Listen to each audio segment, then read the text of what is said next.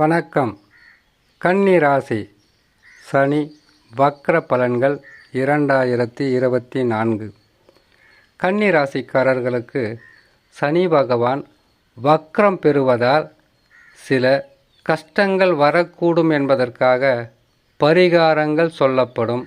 அந்த பரிகாரங்களை செய்தாலே கஷ்டங்களை தடுத்து வரக்கூடிய பிரச்சனைகளிலிருந்து நம்மை காப்பாற்றி வாழ்க்கையில் நல்ல நிலையில் இருப்பதற்காக சொல்லக்கூடிய பரிகாரமாகவே இருக்கும். பெரிதளவு பாதகமாக இல்லை என்றாலும் சிறு பிரச்சனைகள் வந்தாலும் தாங்க முடியாத ராசி தான் கன்னி ராசி. ஆகையால் பரிகாரம் செய்தால் நற்பலன்கள் கட்டாயம் கிடைக்கும். சனி பகவான் வக்ரம் என்பது 19/6/2024 ஆனி மாதம் 5ஆம் தேதி பகல் 3:12 சனி பகவான் வக்ரம் பெறுவார். இந்த வக்ரம் என்பது சனி பகவான் கும்ப ராசியில் இருக்கும்போது அவருக்கு 5ஆம் ராசி என்று சொல்லக்கூடிய மிதுன ராசியில் சூரிய பகவான் சஞ்சாரம் செய்யும்போது சனி பகவான் வக்ரம் பெறுவார். வக்ர நிவர்த்தி என்பது 4/11/2024 ஐப்பசி மாதம் 18ஆம் தேதி பகல் 3:12 வக்ர நிவர்த்தி பெறுவார்.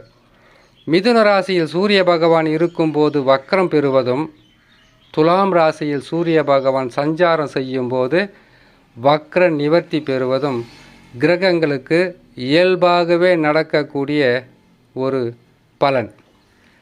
சனி பகவான் வக்ரம் என்பது முன்னோக்கி சென்று சுற்றி கொண்டிருந்த சனி பகவான் சூரிய பகவான் 5ஆம் இடத்தில் அமரும்போது பின்னோக்கி சுற்ற ஆரம்பிப்பார். பயமெல்லாம் ஒன்றும் வேணாம். பின்னோக்கி சுற்றும்போது ஏதாவது ஆயிடுமோன்ற பயமெல்லாம் வேணாம். இது ஜோதிடத்தில் கொடுக்கப்பட்டிருக்கக்கூடிய பலன். சிறு கிரக அமைப்புகள் கூட வாழ்க்கையை தலைகீழாக மாற்றிவிடும். அந்த வகையில் 6ஆம் இடத்தில் சனி பகவான் அமர்ந்து கொண்டிருந்த கன்னி ராசிக்காரர்களுக்கு வக்ரம் பெற்றால் பூர்வ புண்ணியஸ்தானத்தின் பலன்களை தர ஆரம்பிப்பார். இதனால் என்ன பாதகன்னு கேட்டிங்கன்னாக்கா, பூர்வ புண்ணியம் என்பது குலதெய்வ வழிபாடு, இஷ்ட தெய்வ வழிபாடு. அது மட்டும் இல்லாமல் ரொம்ப நாளாகவே நீங்கள் ஏதாவது இறைவன் வேண்டுதல் இருந்தால் அந்த வேண்டுதல்களை நிறைவேற்றினாலே போதுமானது. அது மட்டும் இல்லாமல் சனி பகவானுக்கு நவகிரகத்தில் இருக்கக்கூடிய சனி பகவானை நீங்கள் சுற்றி வருவதும், அவருக்கு பூஜை செய்வதும், சிவ ஆலயங்களுக்கு சென்று வருவதும் இந்த கெடு பலன்களிலிருந்து உங்களை காப்பாற்றும். கெடு பலன்கள் என்பது சனி பகவான் மட்டுமல்ல, எந்த கிரகமாக இருந்தாலும் வக்ரம் பெற்றால் அது பாதக நிலைக்கு மாறிவிடும். உங்களுக்கு இருப்பதோ ருணரோக சத்ருஸ்தானத்தில் சனி பகவான், அதாவது நோய், கடன், பகை, எதிர்ப்புகளை போராடி வெற்றி பெறக்கூடிய அமைப்பில் அமைந்திருப்பது தான் சனி பகவான். இது எல்லா கன்னிராசிக்காரங்களுக்கும் நடக்குது. ஒரு சிலர் இப்போ கூட தான் கஷ்டப்பட்டுக்கிட்டு இருக்காங்க. காரணம் தசா.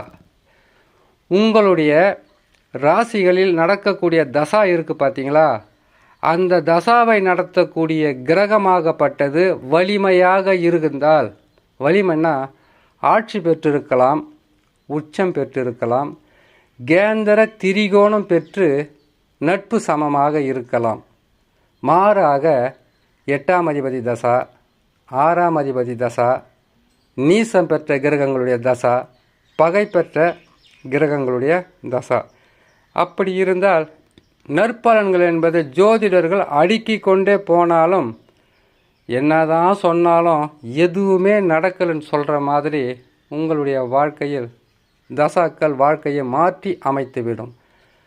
ஆனால் சனி பகவான் வக்ரம் பெற்றால் உங்களுக்கு 5ஆம் அதிபதியும் 6ஆம் அதிபதி என்று சொல்லக்கூடிய, இன்னும் விளக்கமாக சொல்லணும்னு கேட்டிங்கனாக்கா, உங்கள் ராசியிலிருந்து 5ஆம் ராசி மகரம், 6ஆம் ராசி கும்பம், இந்த 5க்கும் 6க்கும் அதிபதியான சனி பகவான் வக்ரம் பெறுவது சில நேரங்களில் பாதகத்தை கொடுத்துவிடும். குரு பகவான் 9ஆம் இடத்தில் இருக்கும்போது கூடவா பாதகங்கள் நடந்துவிடும் என்றால் சனியை பற்றியும் ராகு கேதுவை பற்றியும் உங்களுக்கு தெரியாது. காரணம், சனியை போல் கெடுப்பார் இல்லை, சனியை போல் கொடுப்பார் இல்லைன்னு சொல்லுவாங்க. மறைமுகமான எதிரிகளையும் எதிர்ப்புகளையும் பல வகையான கஷ்ட நஷ்டங்களையும் கொடுப்பதில் சனி ராகு கேது இந்த 3 கிரகங்களும் மிகவும் சிறந்து செயல்படும். ஆகையால் சனி வக்ரம் பெறுகின்ற இந்த நாட்களிலிருந்து 150 நாட்களுக்குள் குலதெய்வ வழிபாடு செய்ய வேண்டும். செய்தால் பாதகங்கள் குறையும். இஷ்ட தெய்வ வழிபாடும் செய்யலாம். சனிக்கிழமை தோறும் நவகிரகங்களில் இருக்கக்கூடிய சனி பகவானை வலம் வருவதும், மாலை நேரத்தில் சிவனாலயங்களுக்கு சென்று சிவபெருமானை தரிசனம் செய்வதும் இந்த 150 நாட்களில் தினமும் செய்யணும்னு கிடையாது. உங்களால் முடிந்த வரையில் சனிக்கிழமை செய்யலாம், வெள்ளிக்கிழமை மாலை நேரத்தில் செய்யலாம்.